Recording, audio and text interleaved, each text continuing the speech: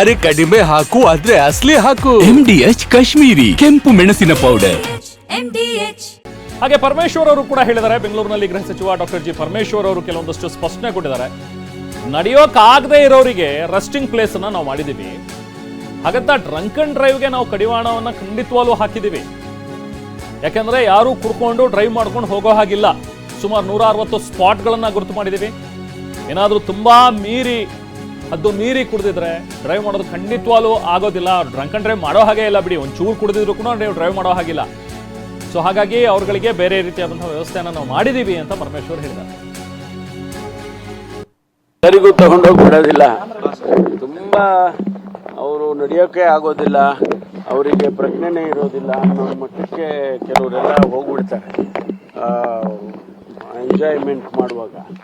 So ಅಂಥವರಿಗೆ ನಾವಲ್ಲಿ ಒಂದು ಏನೋ ರೆಸ್ಟಿಂಗ್ ಪ್ಲೇಸ್ ಅಂತ ಮಾಡಿರ್ತಾರೆ. ಒಂದು 15 ಕಡೆ ಮಾಡಿದ್ದಾರೆ. ಅವ್ರನ್ನ ಅಲ್ಲಿ ಫಸ್ಟು ಕರ್ಕೊಂಡೋಗಿ ಅಲ್ಲಿ ಸೋಬರ್ ಆಗೋವರೆಗೂ ಅವ್ರನ್ನ ಇಟ್ಕೊಂಡಿರ್ತಾರೆ. ಆಮೇಲೆ ಅವ್ರ ಅಡ್ರೆಸ್ ತೊಗೊಂಡು ಆಮೇಲೆ ಅವ್ರನ್ನ ಮನೆಗೆ ಕಳಿಸ್ಕೊಡೋ ವ್ಯವಸ್ಥೆ ಮಾಡ್ತೀವಿ. ಯಾಕೆಂದರೆ ನಾಳೆ ಏನಾಗುತ್ತೆ, ವಿಶೇಷವಾಗಿ ಹೆಣ್ಮಕ್ಳು ಅವರಿಗೆ ಆ ಸಂದರ್ಭದಲ್ಲಿ ಅವರು ಯಾವ್ಯಾವ ಪರಿಸ್ಥಿತಿಯಲ್ಲಿ ಇರ್ತಾರೆ ಹೇಳಕ್ಕೆ ಬರೋದಿಲ್ಲ, ಕಾನ್ಷಿಯಸ್ ಇರೋದಿಲ್ಲ. ಅವ್ರಿಗೆ ಯಾರು ಏನು ಬೇಕಾದರೂ ಮಾಡ್ಬೋದಲ್ಲ. ಆ ಸೇಫ್ಟಿಗೋಸ್ಕರ ನಾವು ಈ ಕ್ರಮ ತೊಗೊಳಕ್ಕೆ ಮಾಡ್ತಾ ಇದ್ದೀವಿ. ಬೇರೆ ಬೇರೆ ಪರ್ಪಸ್ಸೇ, ಬೇರೆಯವ್ರು ಯಾರು ಕೂಡ ಮಿಸ್ಯೂಸ್ ಮಾಡ್ದಂಗೆ ನೋಡ್ಕೋಬೇಕಲ್ಲ. ಎಲ್ಲರಿಗೂ ತಗೊಂಡೋಗಿ ಬಿಡೋದಿಲ್ಲ. ಮೈ ರೆಡಿ ಹಿಡಿಸ್ಬೇಕು. ಡ್ರಂಕ್ ಅಂಡ್ ಡ್ರೈವ್ಗೆ ಕಡಿವಾಣ ಹಾಕ್ತೀವಿ ಅನ್ನುವಂಥದ್ದನ್ನ ಪರಮೇಶ್ವರ್ ಹೇಳಿದ್ದಾರೆ. ಯಾವುದೇ ಕಾರಣಕ್ಕೂ ಕುಡಿದು ವಾಹನ ಚಲಾವಣೆ ಮಾಡೋ ಹಾಗಿಲ್ಲ. 160 ಸ್ಪಾಟ್ಗಳನ್ನ ಗುರುತು ಮಾಡಿದೀವಿ. ಅಲ್ಲಲ್ಲಿ ಕೆಲವೊಂದಷ್ಟು ರೆಸ್ಟಿಂಗ್ ಪ್ಲೇಸ್ ಅಂತ ಹೇಳಿ ನಾವು ಮಾಡಿದೀವಿ. ಯಾರೂ ಕೂಡ ಮಿತಿ ಮೀರಿ ವರ್ತನೆ ಮಾಡಬೇಡಿ. ಡ್ರಂಕ್ ಅಂಡ್ ಡ್ರೈವ್ ಮಾಡಿದ್ರೆ ಖಂಡಿತವಾಗ್ಲೂ ಅಪಘಾತಗಳಾಗುತ್ತೆ. ನಿಮ್ಮ ಜೀವಕ್ಕೆ ನೀವೇ ಹಾನಿ ಮಾಡ್ಕೋತೀರಿ. ಸೊ ಹಾಗಾಗಿ ನೀವು ಸಾಯೋದಲ್ಲದೆ ಬೇರೆಯವ್ರನ್ನೂ ಕೂಡ ಸಾಯಿಸ್ತೀರಿ. ಇಂಥದ್ದಕ್ಕೆಲ್ಲ ಆಸ್ಪದ ಕೊಡಬೇಡಿ ಅನ್ನುವಂಥದ್ರ ಬಗ್ಗೆ ಗೃಹ ಸಚಿವರು ಮನವಿಯನ್ನ ಮಾಡಿದ್ದಾರೆ.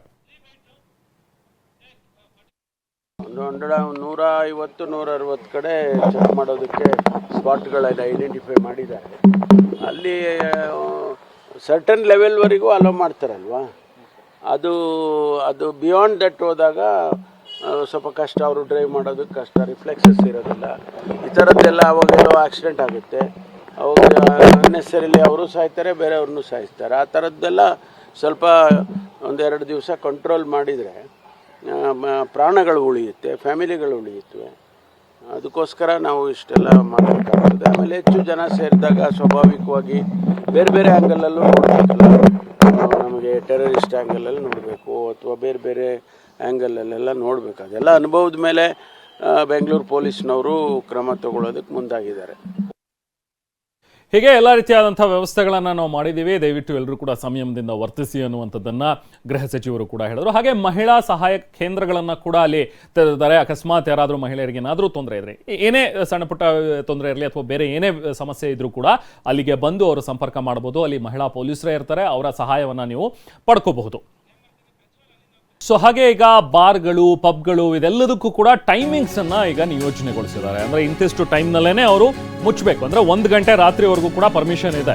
ಆ 1 ಗಂಟೆ ಆಗಿ ಏನಾದರೂ ಇನ್ನೂ ಒಂದು ಸ್ವಲ್ಪ ಹೊತ್ತು ನಾವು ಎಕ್ಸ್ಟೆಂಡ್ ಮಾಡ್ತೀವಿ ಅಂತ ಹೇಳಿದ್ರೆ ಅದಕ್ಕೆ ಅವಕಾಶ ಇಲ್ಲ.